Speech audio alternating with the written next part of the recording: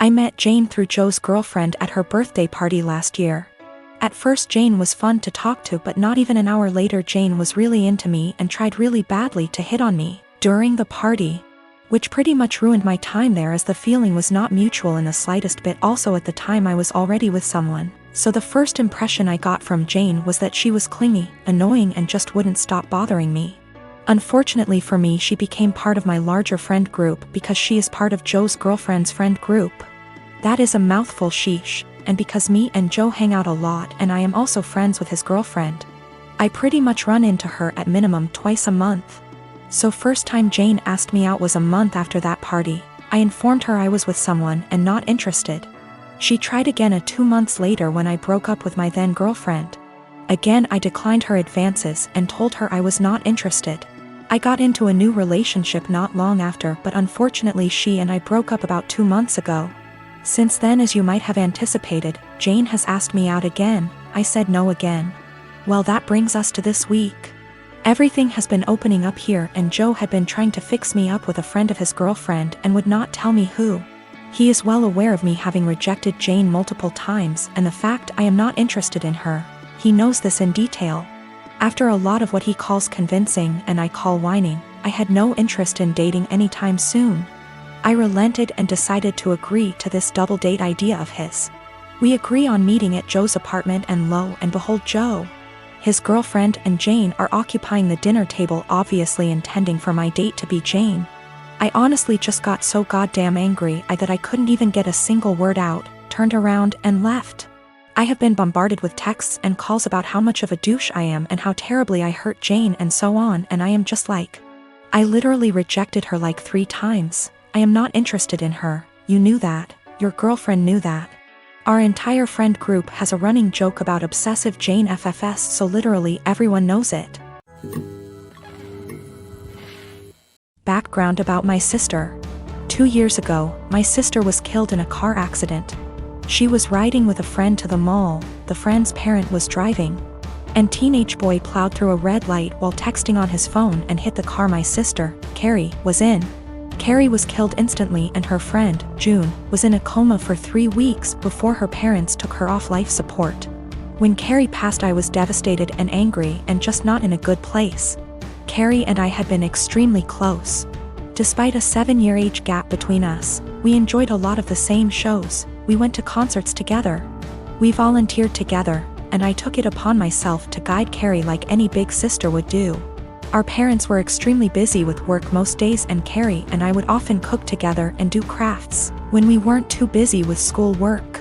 Carrie wanted to be a NICU nurse when she grew up, and I helped her find a volunteer position at a local hospital to help get her gain some experience being around patients.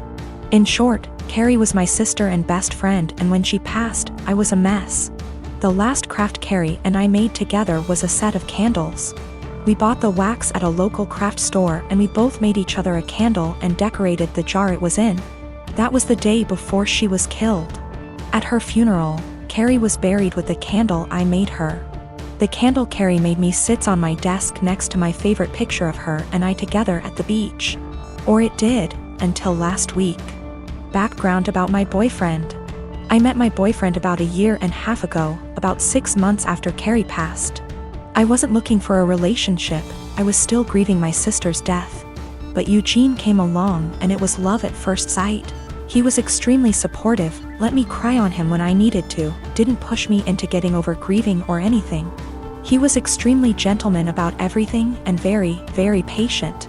After 6 months of seeing each other pretty regularly, we made it official. Eugene came into my life at a very low point, and he has always been very respectful of sentiments I keep from my sister. Never asking me to take them down, always giving me space when I needed to cry. Eugene, along with most, if not all, of my friends and family know about Carrie's candle. There was a point after she died where I would take the candle with me everywhere out of fear that someone might light it, or steal it. Or who knows what. The point is, that candle was and still is a very important part of my life and something that my sister made for me and me alone. When Eugene and I moved in together about 4 months ago, I packed away most of the reminders of my sister and put out the candle and picture on my desk. I felt that this was a huge step because when I'd lived just by myself I had pictures everywhere and a few knickknacks laying around from my sister. I wanted to make Eugene and I's home our home with just a small part of my sister there. Eugene understood and was very supportive. Last week, we had a massive winter storm that knocked out power. We didn't have power for 3+ days. The power was knocked out at Eugene and I's house while I was at work, which did not lose power. Eugene texted me that he was going to light some candles and try and get a generator, so we could have some for of power or at least be able to charge our phones / use lights / etc. Now, we have probably 30+ candles in our house. I am a huge fan of sales, and when Bath & Body Works has a candle sale, I like to stock up and get a range of scents. We have candles scattered all over our house. In the room where my desk is, there are no candles aside from the one Carrie made me. None at all, and there never has been. This room is also downstairs, where Eugene doesn't spend a lot of time. His desk is upstairs. When I arrived home from work last week, I noticed a bunch of candles burning in our living room, safely. Always monitored and not near anything that could ignite. One of these candles was the candle that Carrie had made me. I burst into tears, and when Eugene heard me crying he came out from the bedroom, where he was lighting more candles, and asked what was wrong. I was a wreck and couldn't get any words out. When he tried to calm me down, I shoved past him and locked myself in the room where my desk was and just cried.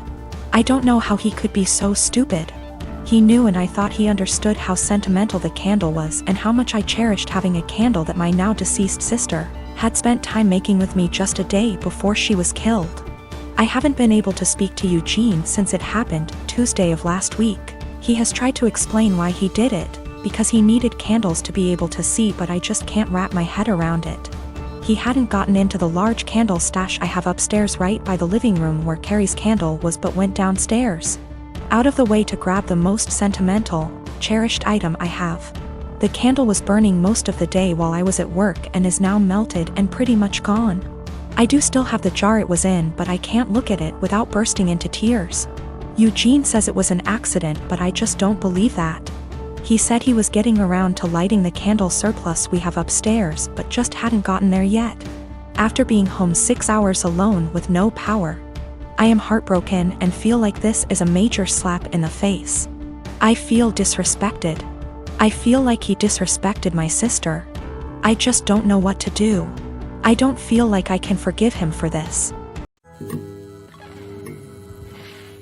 I dated my ex-boyfriend for a few years and we broke it off a few months before COVID. We were both madly in love and I'm still not over him. My best friend knows this. A few months ago, she started getting distant from me, and it's super unusual for me because she needs me for everything. Like just a few things that I helped her do: find colleges, apply to colleges, help donate money for her college fund, help her build her resume, find her therapy, find her a job, and countless other things. I even paid for a lot of stuff for her, like going on trips and such. She didn't really do much for me and was somewhat of an emotional support because we'd always talk about her. But then I really didn't mind and didn't care what I did for her. She was my BFF, and you are best friends. They're sisters. Last month, she broke and told me that the reason that she's so distant is because she's quarantining with my ex and they're a thing. Whatever hopes I had of getting back to my ex are squashed because I don't think I can get over him hooking up with my best friend. I'm super heartbroken, and I know that you don't own people, but that doesn't mean that you can't be upset about their betrayal. Yes, dating your best friend's ex that she still loves is a betrayal. She asked me if I was happy for her, because she finally got a good job and a nice boyfriend. That job she has is solely because of me, because I asked an old acquaintance to return a favor by hiring my best friend. He wanted to hire someone else, but I begged him to hire her. I know how people are sometimes hurt, but then they say, "But I'm truly happy for you."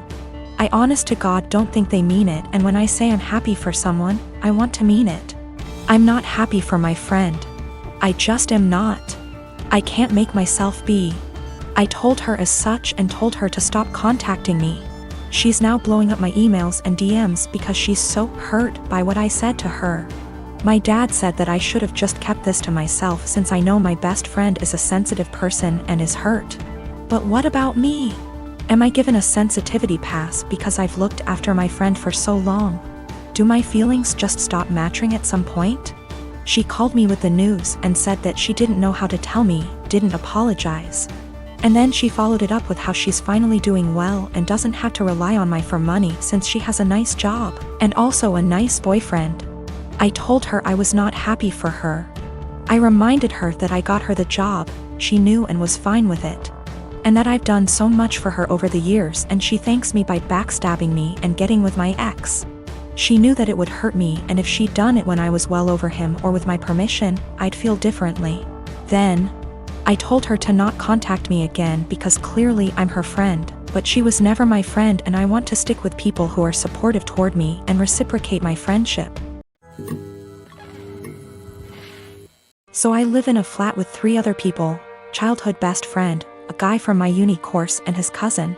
For the most part we get along really well and rarely have disagreements. However, this has been a real point of contention lately. About 6 months ago I began a relationship with a guy I've known for a couple of years. I know it's still a fairly new relationship, but I really like him, he makes me really happy, and we're pretty serious about each other. Up until recently, he would come visit me at my flat 3 to 4 times a week. This was mostly due to the fact that I have chronic fatigue, and going on proper dates can be really challenging for me. Instead of going out to dinner or a film or whatever, we'd just chill in my room or the living room, watch TV and get takeout or cook together. I didn't really consult anyone about this, Bex say. All the other flatmates have their partners over as often, if not more so, and B, he rarely spends the night and usually leaves before 10 p.m. because of his work schedule. So the issue, 2 weeks ago, comes to me and tells me that I need to stop having my boyfriend over because it's starting to get annoying. I asked her why, and she said it's irritating to have someone who doesn't live there skulking around all the time.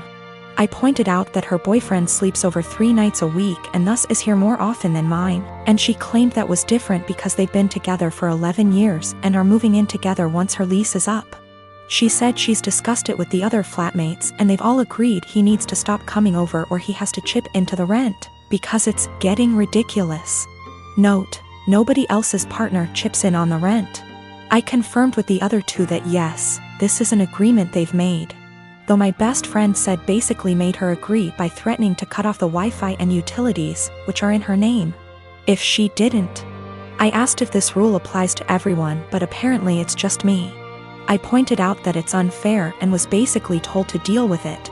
My potential assholery, I've begun loudly insisting that if my partner isn't allowed to come over, neither is anybody else's. If I answer the door to anyone's partner, I'll send them away. If I come home and someone's partner is there, I'll make a point to mention that I thought we weren't having partners who don't pay rent over anymore. I've asked boyfriend over and over how much rent he's paying and pretend to be affronted and make a fuss when he says he doesn't. Everyone's pretty pissed at me and is telling me I'm being unreasonable. I know I'm being petty, but I think it's unreasonable that there's one rule for me and another for everyone else, and I'm trying to make that point. Am I really the asshole here? Some questions people keep asking. If I knew of something my boyfriend was doing to be annoying / if anyone had told me that he was doing something, I'd have included it.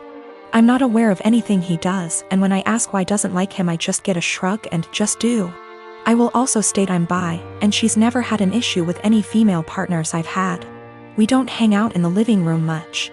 We literally only use it if there's something we want to watch that I can't get on my bedroom TV and there's nobody else in there. We use the kitchen more often than the living room, but honestly even that isn't that often. We eat far too much takeout pizza rip. A lot of people seem confused, so just clearing up who's who in the situation. The one who brought all this up is not my best friend. Not to get too much into a tangent, but basically just over a year ago I was moving out of halls at university and was looking for a new place, so we decided to move in together. At the same time, a dude from my course was looking for a flat share. We couldn't find a 3-bed but found a really nice 4-bed, and he mentioned his cousin was also looking for somewhere to live, so she got on board too. I only met her last year and we don't really know each other very well. By chronic fatigue I mean chronic fatigue syndrome. Sorry, that's apparently so unclear.